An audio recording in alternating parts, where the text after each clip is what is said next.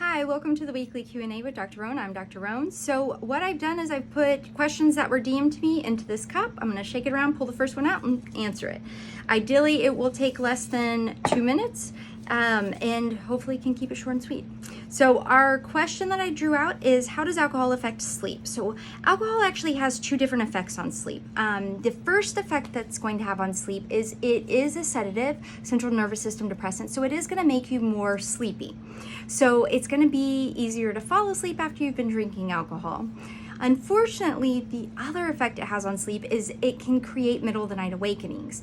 Now, alcohol is a diuretic, so it can result in also dehydration, needing to urinate in the middle of the night.